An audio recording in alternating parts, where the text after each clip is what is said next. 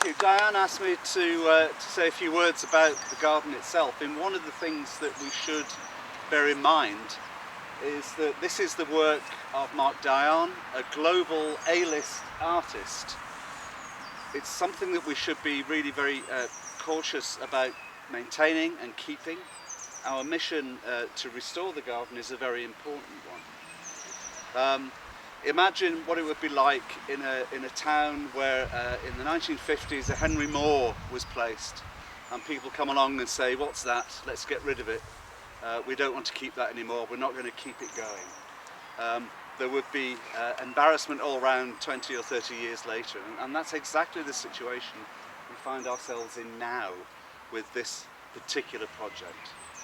Just to fill you in a bit on the history, it was part of Art Trans Pennine 98, an exhibition, the largest of its kind in Europe at the time by geographical area.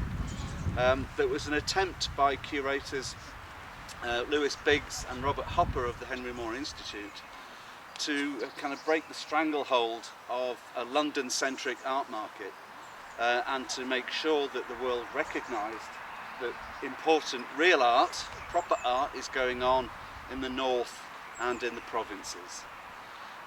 We're very lucky that John Angus here was a leading light in making sure that this particular project took place as part of Art Trans Pennine, and we should never ever forget that. From Dion's point of view, it's always been a collective effort. He behaves as an artist rather like a film director, using the skills and talents of huge numbers of other people.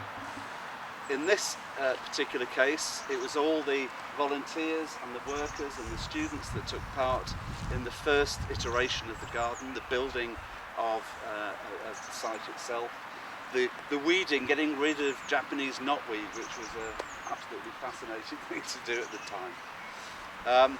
But of course it's also about all those people over the past 25 years that have also taken forward the vision of the garden.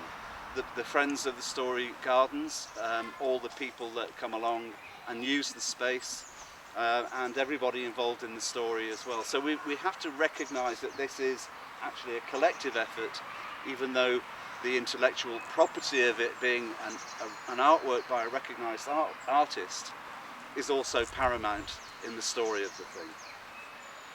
We're standing on a little paths here. These are laid out according to a scientific model known as the phylogenetic tree.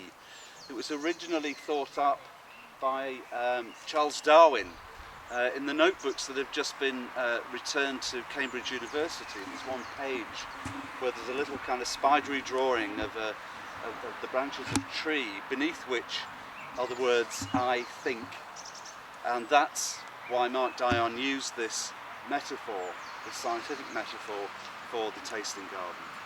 It was in its first iteration part of a critique of global agribusiness, of the way that supermarkets particularly are basically doing a kind of human mediated evolution to filter out other types of fruits based on shelf life, based on ease of transport, based on colour, rather than a proper natural evolutionary cycle. So where I'm going with that is that in this world of environmental emergency, climate change, 25 years ago this garden began that discourse, began that discussion about what these things might mean for us and the planet.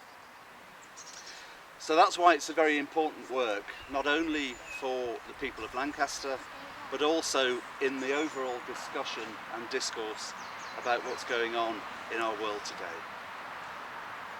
That was my bit of context there. Thank you very much. I'll just take this thing off. I've been given instructions by Alan Ward, the only stone worker in the UK that I would ever have trusted with this particular project. Can we just have a quick ripple for Alan Ward? Okay. So this is all his fault. Ta-da!